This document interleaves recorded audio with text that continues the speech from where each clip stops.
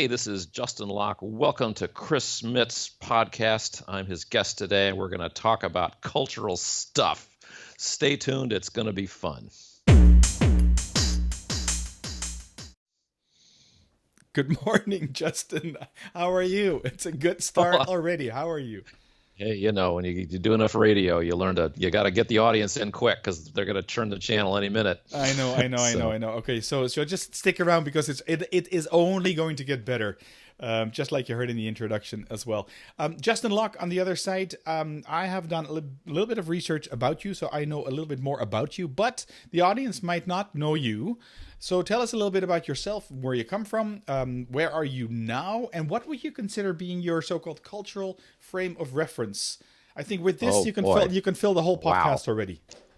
My cultural frame of reference is culture shock. I'm a cultural anachronism. I grew up on a farm in Ohio, very far, about 15 miles outside of Toledo. Most people aren't that way anymore. Your average millennial grows up in the suburbs. There's not that many farmers, period, anymore. And I had, 50 acres of dirt to myself as a kid. And I went to, now at this point, this is where the story starts, is that was my culture, was the future farmers of America, riding a bike around in ditches and dirt and clods and soybeans. That was my cultural reference. All right. And then my mother was really into music, and she was always pushing me into, and I started playing the string bass. And what they don't tell you is people are desperate for string bass players.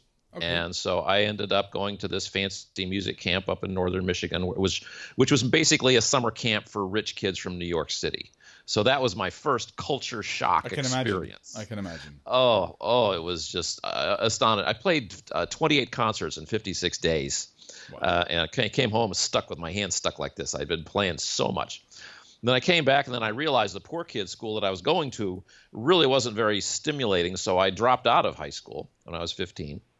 And this created a bit of a furor, and I refused to go back. And they said, well, what about private school? And I said, well, what's that? I think that should be my T-shirt. What's that? I don't know things, just understanding how ignorant I was. Hashtag said, what's that? Yes. What's that? I don't know. Question mark. What's that? I don't know. So they dropped me off at the curb. And now I go from what is absolutely the nastiest across the tracks, public school to the rich kid private school. Okay. Where all the millionaires who own Toledo send their kids. And I'm just plopped into this environment. There's no orientation day. There's no training. There's no here's how to go from being a poor kid to a rich kid. They just drop me in there, like parachuting in. Okay. And my third book, I'm jumping ahead here. I always said I'm going to write a book about this. This is kind of how I do therapy, actually, is writing books about things. And I was just fascinated by the cultural differences between the poor kid school experience and the rich kid school experience, which was just, I don't want to get into hyperbole, but it was extreme. So then, again, with the music, I went to Boston. So now I'm out of the Midwest into East Coast, another culture shock experience by itself. Yeah. But then, long story short, I got lucky. I practiced hard. I got the call, and now I'm playing bass in the Boston Pops. Okay. At age 20, yeah. Just very quickly, what are the Boston Pops? I looked it up, but the audience some might know, some don't know. So what is that? Oh, okay. The Boston Symphony Orchestra. Yeah. Is one of the top so-called 5 big major orchestras in the world. Yeah. And they live there at Symphony Hall, and they do a season. And then for 2 months in the spring, the Boston Pops and some freelancers like me, they change clothes and they play light classical music, and they set up tables out in the hallway, and they make a ton of money, playing this and pop music. We'll play, top 40 music arranged for orchestra. Cool. And in that era, Arthur Fiedler, who was the conductor of it, was the most famous, successful conductor in the world, and still is actually. And he was the guy that I'm working with at age 20, and major orchestra. I love this cultural theme. I was so excited to hear from you because, for me, major orchestra culture is based in Venice in 1450. That's when it was created. Yeah.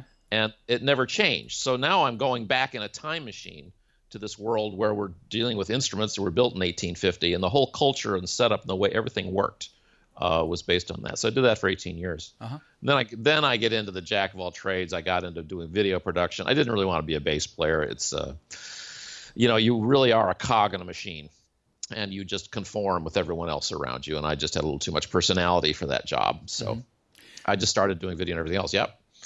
So we're recording this audio and also the video. By the way, if you want to watch the video, you can go to culturematters.com/YouTube. And I'm seeing your hands move, and you illustrated the machine, the bass that you were playing, which is one of those very big things up here, the big up thing, like the katung machine. Mm-hmm, so you exactly. are a very good bass player. I like to think so. You must be. I'm putting this as an understatement, really. And then in the introduction, we could have heard, we learned that you transformed into an author. So how do you do that? You said you have a little bit too much personality for a bass player. So how do you transform into an author? What happened? I'll skip the big conclusion. I was just being a bass player and just trying to pay my rent. We called it notes for cash. That was you were world famous. I mean, at the age of 20 plus. Well, I was in a world famous orchestra, and I was in the Guinness Book of World Records because I played this concert with Fiedler in '76 and had 500,000 people show up. And certainly on the tours, you feel like a celebrity. I was not personally famous, but I was associating, with John Williams and people like that. So you could have played at the Rolling Stones potentially. That would have been nice. I don't know. Well, believe me, it's a very specialized thing, playing classical music bass, and I couldn't really play rock and roll. And I wish I had, but it's the story, which is in my other book, Real Men Don't Rehearse. That's my pop's memoir. I want to talk about that as well. Yes, but tell the story. Go ahead. Well, I was playing what's called a kiddie concert. Every orchestra in the world plays a kiddie concert once a year. And I was playing, it was a little tiny group out in the suburbs, and they just did this horrible kiddie concert. They had Mozart's corpse as part of the show. And it was just this dramatic moment where they had a couple of kids come out with a stretcher, and a body on it. And I went up to the people doing the show. I said, I'm not exactly an expert in taste, but I thought that was beyond the pale, dead bodies at a kiddie concert. I just don't think that's right.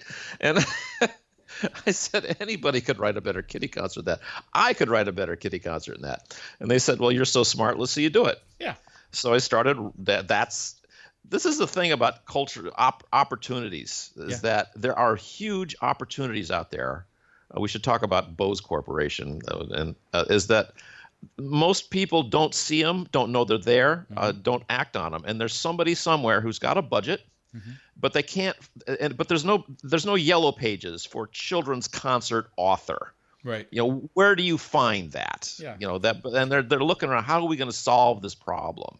And I just looked. These people had a problem. Then I said, well, I'll give it a go. I mean, what's it going to cost me to attempt it? Yeah. So I wrote a couple of shows for them, and they succeeded. They went well. And one of them, Peter versus the Wolf. Yeah. Which is a sequel to the famous Peter and the Wolf. Yeah. I mean, that's being done all over the world. I just had 18 performances in Germany last year, and now they're going to tour it in Brazil this fall for a couple of years. And, I wrote it on a lark for this little kiddie concert in high school, but it just took off because there was a need for it. Yeah. So that's really my first writing. And then I was hanging around at a health club for years telling stories about what it's really like to play in the Boston Pops. Because here in Boston, the Boston Pops is a very big deal. Yeah. And here I am, a guy who plays in it, so I'm very popular. And I said, I wonder if I could, take these stories and write them down, put them in a book. And I did, and I self-published it. And the rest, as they say, is history. I've sold thousands of copies. I still sell it. And that's your book, Real Men Don't Rehearse. That's your first book. That was my first one, is Real Men Don't Rehearse. And it's just a collection of funny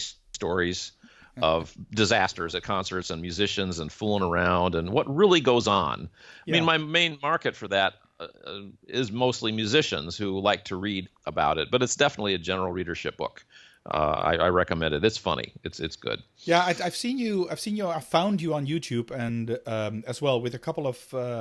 I think it's a 9-minute video where you actually talk about or tell some stories about what happened. You're actually reciting some stories that are in the book Real Men Don't Rehearse. Right. And so I encourage the audience to actually go out and find that. As I'll put a link in the show notes as well. But what is the if you talk about orchestras around the world, you must have traveled doing this what you do as well. Is there you talk about internal culture within orchestras? In other words, if you're a real man, you don't really rehearse. You just get on stage and you do it, right? Stuff like that. Yeah. How is that different for instance, in Germany or in Russia or in Brazil, or I don't know what your experience is? Well, this is the big outlying anomaly, is that orchestras are the same everywhere.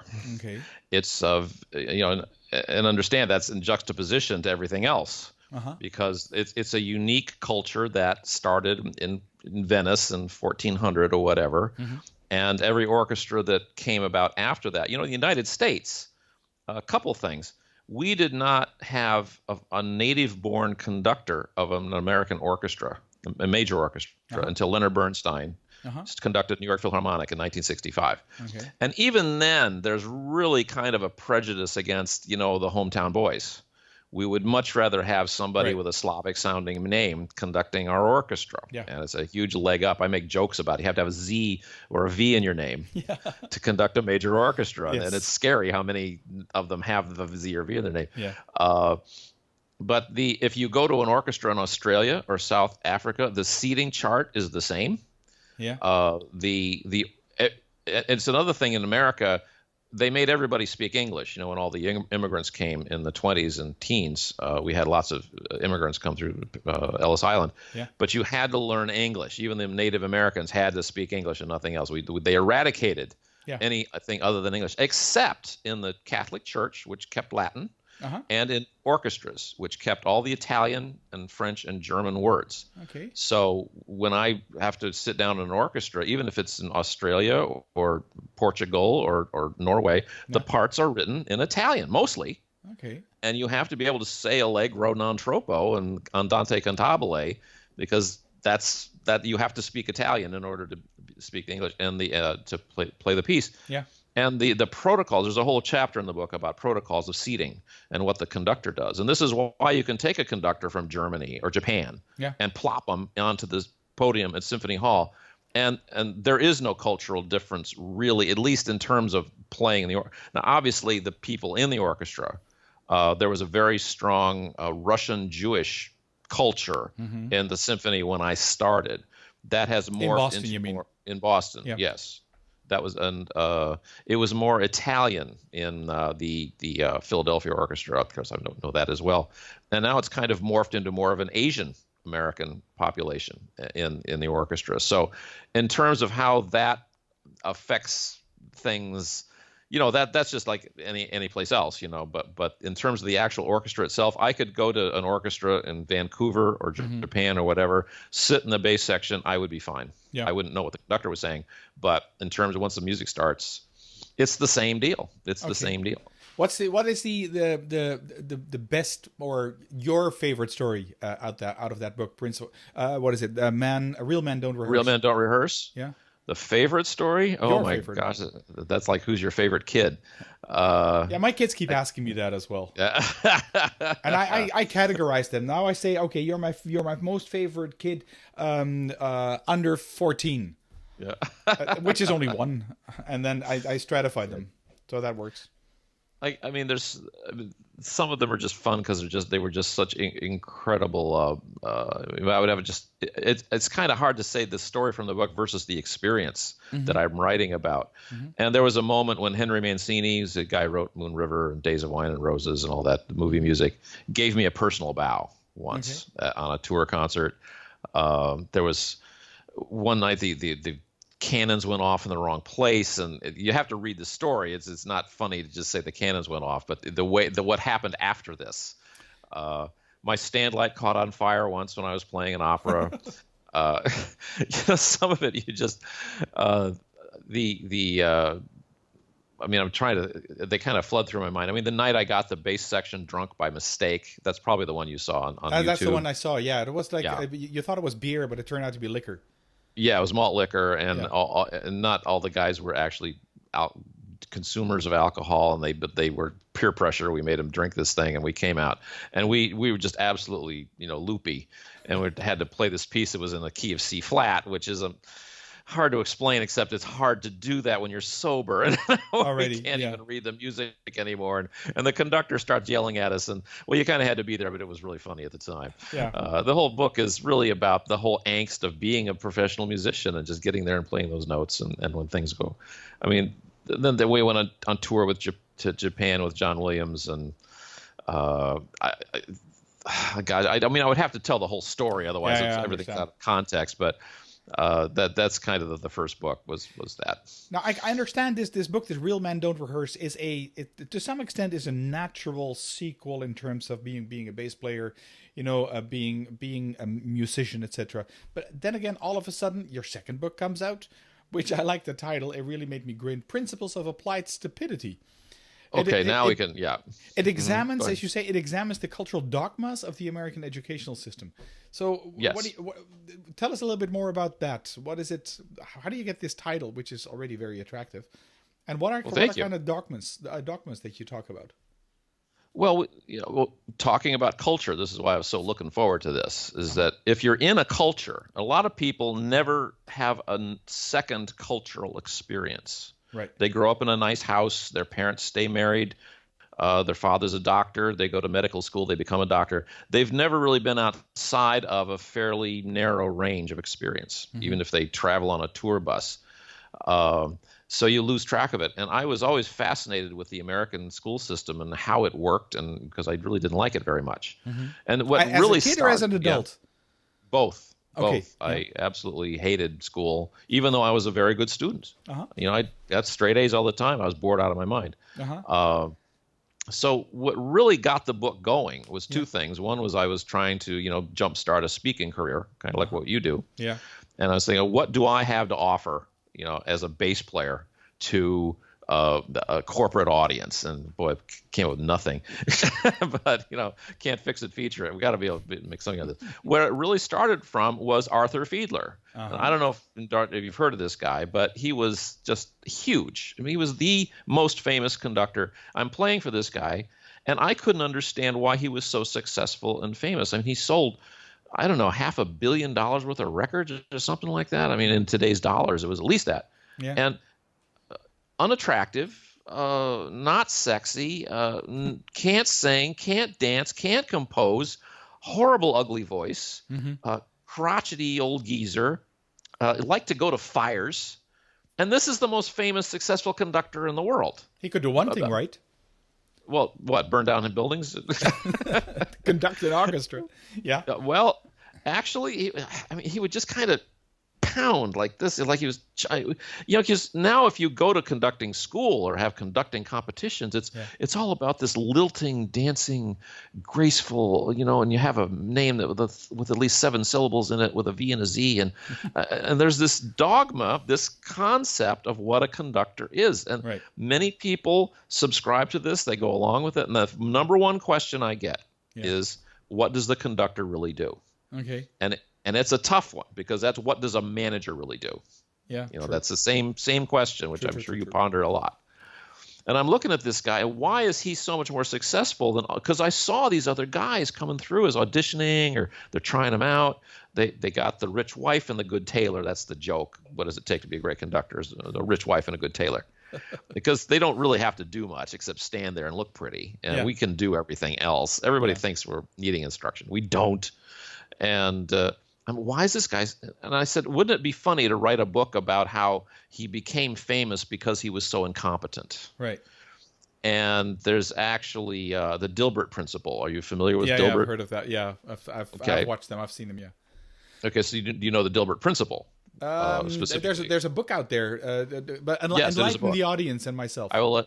The Dilbert principle states that the stupidest people in a company are promoted to management because that's where they can do the least amount of damage. And, it's fun. He does a whole book on just making fun of, incompetent people in corporations, which, is kind of based on reality. And I thought, well, I'm just going to write a book about how advantageous it is to just be incompetent and ignorant. And it was meant to be a joke. Right. It was only meant to be funny because obviously that's not how the world really works. Right? That's the cultural dogma kicking in here, because I was still in the cultural dogma of school, that it's good to be smart, and it's very, very bad to be stupid. Yeah. But then I started writing the book, and I transformed by the third chapter. I said, wait a minute. I've got something here, yeah. I've discovered something. It's kind of Right. like the guy with penicillin. He says, that's funny. Yeah. You know, that's odd. Why is that doing that? That shouldn't be. Yeah. And yet every time I put mold in here, it kills all the bacteria. Exactly. That doesn't make any sense. Why? And we got antibiotics because that one guy and his lunch actually fell in the tree. So I said, well, let's go the other way. Let's actually embrace the whole idea that stupidity is better. Yeah. And what the big picture when I do a talk on this is, we all in America anyway, we go to school and we're just immersed in this idea that smart is good and stupid is bad. Mm-hmm. But then I explain how, or argue, I should say, or debate, that there are times when being ignorant is really good. Yeah. It's really advantageous. I mean, one of the little bumper sticker things I say is, the dumber you look, the more stuff people tell you. Sure. True. And the conductors who came up and said, I know how this piece should be played, watch me, follow my instructions. We just took such a total, this is the thing about musicians, is they're very sensitive. And if you insult them like that, well, your career's going nowhere, because we're going to sabotage this concert tonight so you never get hired again. And I did this myself personally many times, because you don't deserve to conduct me. And as opposed to John Williams, these are all the top guys. I actually went to the mountaintop. John Williams, Leonard Bernstein, Arthur Fiedler, Henry Mancini. I could list many more. They all came through, and here are the top guys, and they all did this. John Williams, I'm sure you've heard of him. Yeah. I worked with this guy for 10 years, and not once did he ever tell me how to play anything. It was all, Justin. Natural. I realize it was a technique. He said, right. You're the best bass player we could possibly get. I'm just so excited to hear what you're going to do tonight. Yeah. And when you pull that, I'm the more ignorant person here. Yeah. That forces the other person to come out more. It's like a vacuum. Yeah. And even the kiddie concerts, if that other guy with the corpse of Mozart, if he hadn't done a horrible job, I would have not had permission in myself. I mean, who am I to write a kiddie concert? I've never taken a class in playwriting. I don't know how to. Maybe for that exact reason, you'd be the best person to do so, which you've done, and it was successful. It's because I didn't have a preset idea of how it should go. I just went from, what does the audience want? What does this conductor want? So we do tend to create these traumas and emotional programming in people that you have to have all the correct answers. You must know the answer in advance. I'm sorry, I'm just freewheeling here, but I had a talk with a guy who was an MBA, and I said, what's the one thing about Masters of Business Administration? And he managed a company remotely in Peoria, he lives down the street from me. I said, what's the one big thing about MBAs that nobody knows or understands or thinks about? He says, everybody thinks we're smart. Right. And I said, what do you mean by that? He says, everybody in my class at the MBA school was a C student. Right. We were all academically struggling people. It's true. So you know this, I guess. Oh, well, absolutely. I mean, I've studied psychology. I'm an organizational psychologist, and my sole purpose was to actually get my master's in psychology. And we don't do ABC grading. We do 10 is best and 1 is really bad. And my averages were around 6, just right above the the middle line, which is fine by me, because that my objective was to get that diploma. And every time I say this, I tell someone, or people ask me, so what do you do? I'm a psychologist, and people go like, oh, you can read my mind. Of course I can. That's totally not true. I mean, that doesn't make one stupid per se. I mean, I'm not gonna say that I'm stupid. But I can very much relate to what you say in terms of your example with the MBAs as well. Having said this, in that book, Principles of Applied Stupidity, do you come to some sort of conclusion on how the American schooling system should be changed? There are 15 TED Talks that already come up and say this is how we should do the schools. And Finland is kicking our asses year to year. And it's all there. All the information is there. Yes. How to do it. The templates are all there, but it's a strange thing. It's kind of like if we stand up and say, "Here's what we need to do," and like everybody, it's actually dangerous because it creates a sense that, oh, it's being fixed. Right. No, it's not, because the people who are financially benefiting from the status quo are usually the ones in power, and they're not going to change it. So. And that gets into my third book, which the rich kid versus poor kid schools, is that, there's a whole reason why American schools operate the way that they do. Yeah. There's a phrase, things are perfectly designed to achieve the results they are currently achieving. And the American school system is a perfect design for what it is currently doing. And whether or not we should change that or not, some people want to change it, but many people do not. No. Because that's how they're making their money. It serves their purpose. Is that way. Yeah. It serves their purpose, and it creates an underclass. Yeah. And we don't want everybody to become a psychologist or an MBA, because who's going to clean the toilets after 5 o'clock? Yeah. You have to have these strata in society. Yeah. But the Stupidity book is really about the whole concept of stupidity is man-made. This is a shaming influence that is embedded in you at a very early age, that you are somehow inferior, you are flawed, you are not perfect, and that creates a sense of, well, I don't deserve. I don't deserve this, and it maintains it's a way of oppressing large numbers of people. This is, well, I don't deserve to be a doctor because I got a B or a C in biology in third grade. So you start to label yourself and internalize that. Yeah. And I'm too stupid, anyways. That's what I come across. I'm not going to say a lot, but I hear I hear people say that. Well, I couldn't do this because I couldn't do this. They put themselves down before they actually have tried something. Yes, exactly, and that comes from a psychological shock to that they went through a shaming experience, and they never want to go through that shaming experience again. So they're not going to attempt something they're not totally sure of, because if they fail at it, that very embedded bad feeling in there, which is also about permission. I like to talk about permission as a coach. This is really what I do for people. I never give people advice on how to proceed. I just give them permission to go past the taboo that they've got in their mind, that they're not allowed to do something. That's what's bothering them. Yeah. And so the whole concept, and the other side of that, though, is that to be smart is to conform and obey. That's really what taking a test is all about. Do you agree 100% with my answers to these questions? Yes, I do. And I got a big pat on the head. Well, now what have I become? Just what they created. Yeah, that's true. So it was fascinating for me to study the concept of mistakes and failure. The whole concept of failure is man-made. There's no such thing as a failure.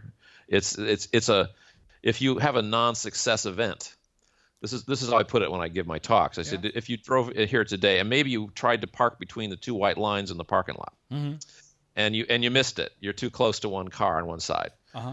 Well, you back up and you pull back in again and get it right. Okay, right. And you don't go through a lot of angst over failing. Yeah, of course. But you did fail. You did fail to do it. At first, you did. Yes. Yes, but it wasn't a failure. There's a difference between a non-success event, where you just didn't try to do something and didn't succeed, and okay, let's try it again, as opposed to having a non-success event and then you're in a vulnerable state now because you did something not perfectly, and now if someone else wants to dump on you, and take some of their personal shame issues and dump them on, that's the moment they choose.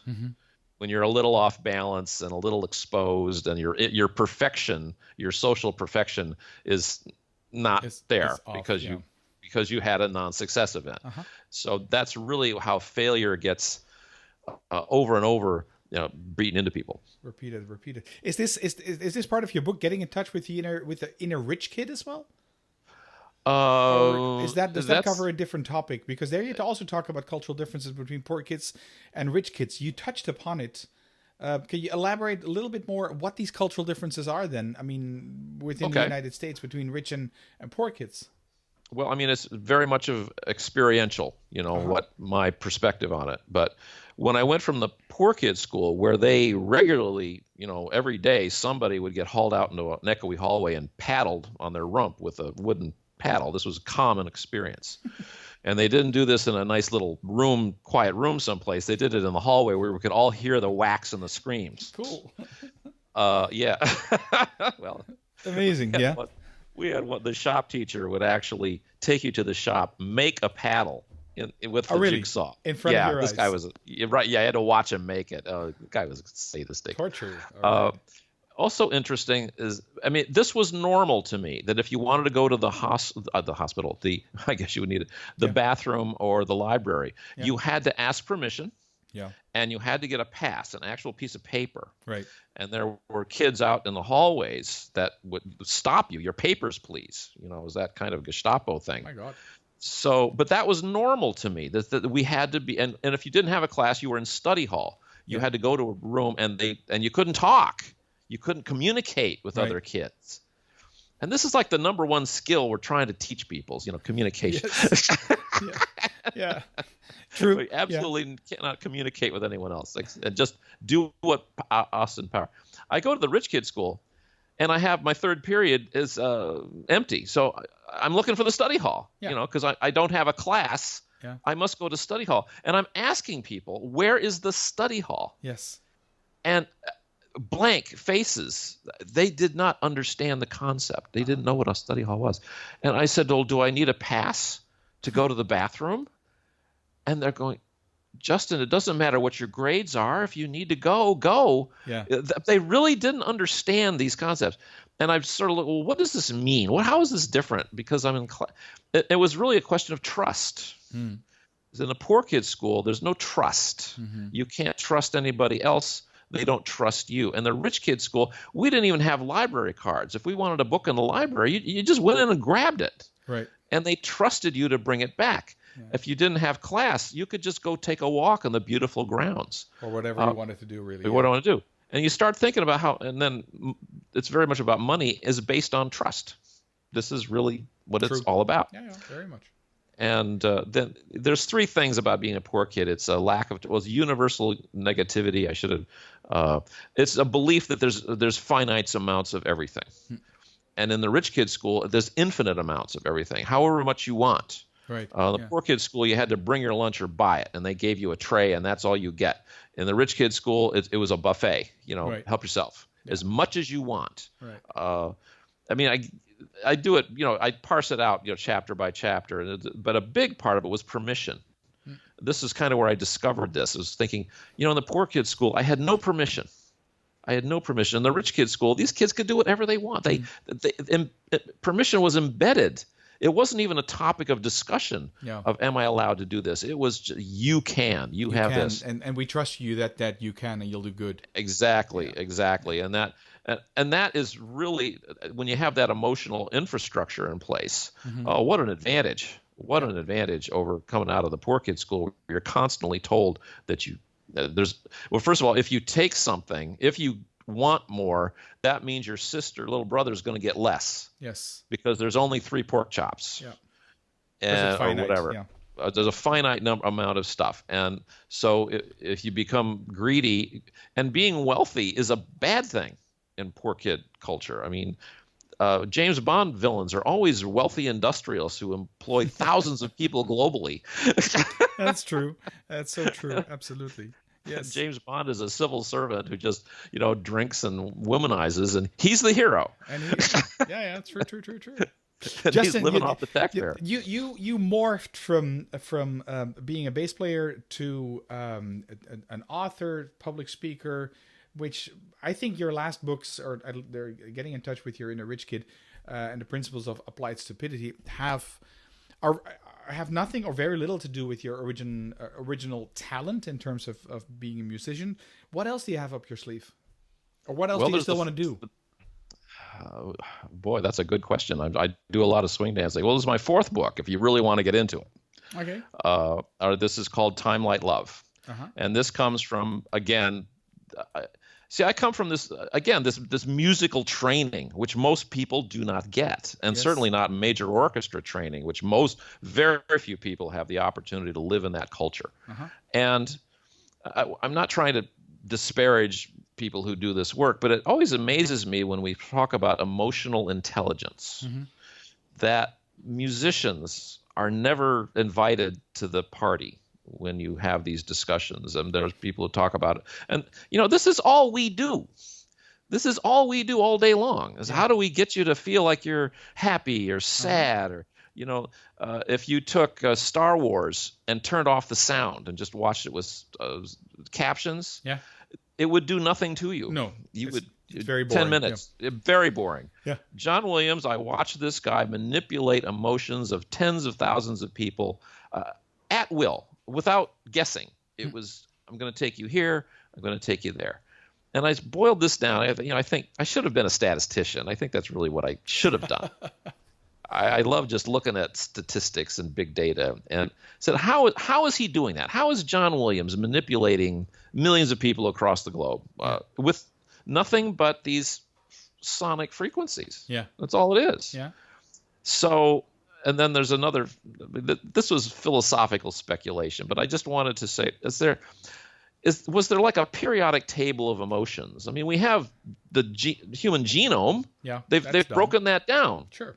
So why are emotions such a vague, amorphous concept of fear and happy?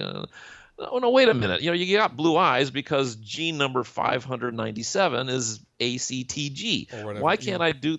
Yeah. Why is it that emotions are so mysterious? Especially when on bar 47, we're going to make you feel sad in this piece, like that. It really is. Where's the science in this? So what I came up with is that there's only 3 elements in an atom. Mm-hmm. There's the protons, neutrons, and electrons. There's only 3 things: ohms and amps and watts. That gives you complete control over electricity. Uh-huh. It boils down to these 3 things. Right. So is it possible? Oh, and colors. There's millions of colors. Yes. But there's only 3 primary colors. Yes. From which they are all derived. So Red, that's blue, kind and of green. Yes. Yeah. So that's the basis. Could we do something like that with emotions? Uh-huh. Are there 3 primary emotions from which all of your feelings are derived? That's and the book is a philosophical speculation saying that there are 3, just like 3 primary colors. Trust is a primary emotion, because from that you get confidence, you get faith. That's because every culture has a religion of some kind, because we have a need to trust. And then there's chi, which is just your emotional needs to procreate and to survive, and very powerful. And the third one is the need to connect. This is universal. Every human being has this need. True. And so if you start to take, all right, so I've got need to connect, chi, and trust. What happens if trust gets violated? Or it's kind of like if you take blue light out of white light, what do you get? Well, in that case, you get orange, because you're combining, I think, what is it, yellow and red. Okay. So if we start to take a person, and if you remove their sense of connection, they're now lonely. Well, how many songs are written about that emotional state? And it's just one single factor of emotions removed. So I just kind of look at that. Could you? I mean, it gets into a lot of physics. Has it been published yet, or are you in the writing of? It is on Kindle. It's already available. Yes, it is on Kindle. Okay. And I've just been so busy with other stuff to take a book like that and get it into hardcover mode. It takes a certain amount of work, which I said, I'm not going to be speaking on it, and I wanted to put it out there just in case people were curious. But I knew that it was going to be too hip for the room and just too bizarre, and I really don't like to talk about it as a speaker because it's too tough. It's not something I can make fun. I can understand. It's geeky. It's really geeky stuff, and I don't know it. And it's just a guess on my part, but it fell together.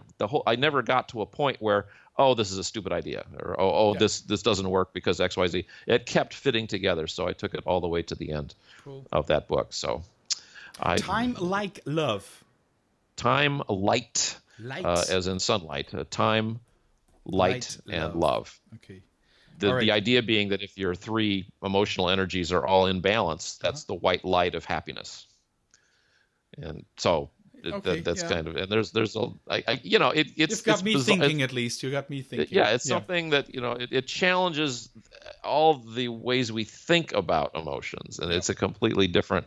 But it took all my musical training that just led me. I said, wait a minute, this relates to triads and the musical association of feeling of the audience. And how do we do that with a limited number of notes? Yeah. Very few. Yeah.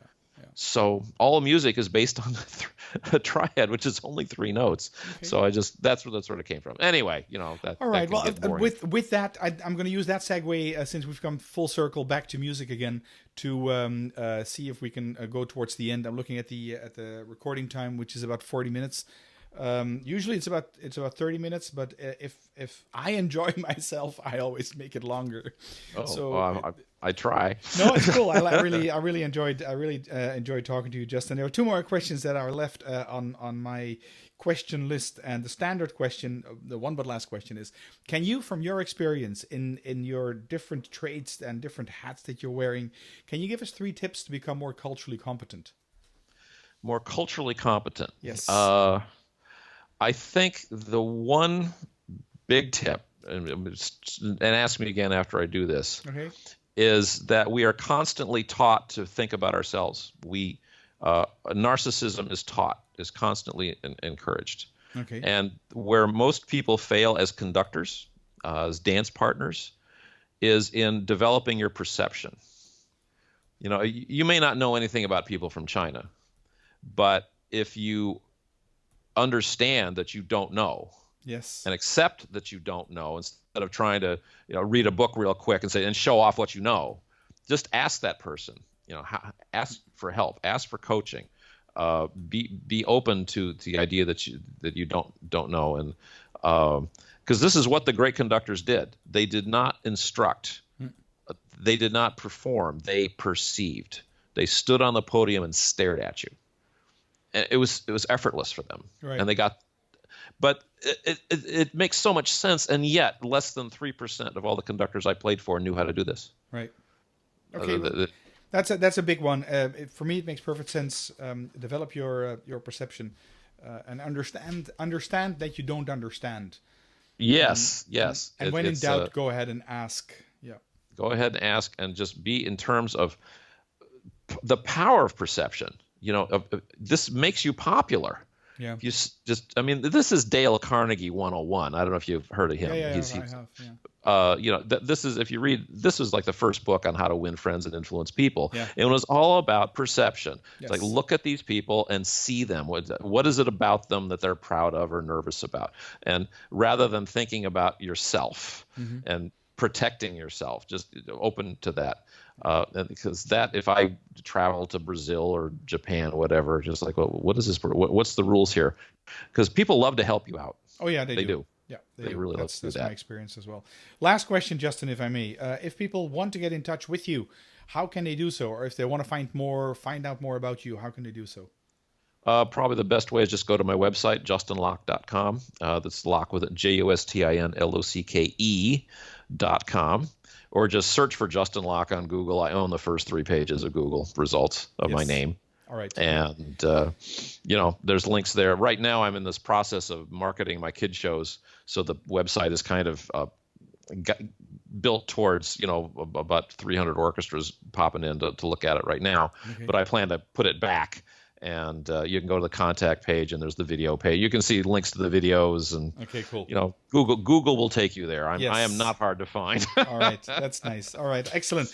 Well, thank you so much, Justin, for taking your time in your well, no, it wasn't afternoon. It's because you guys are in daylight saving time already.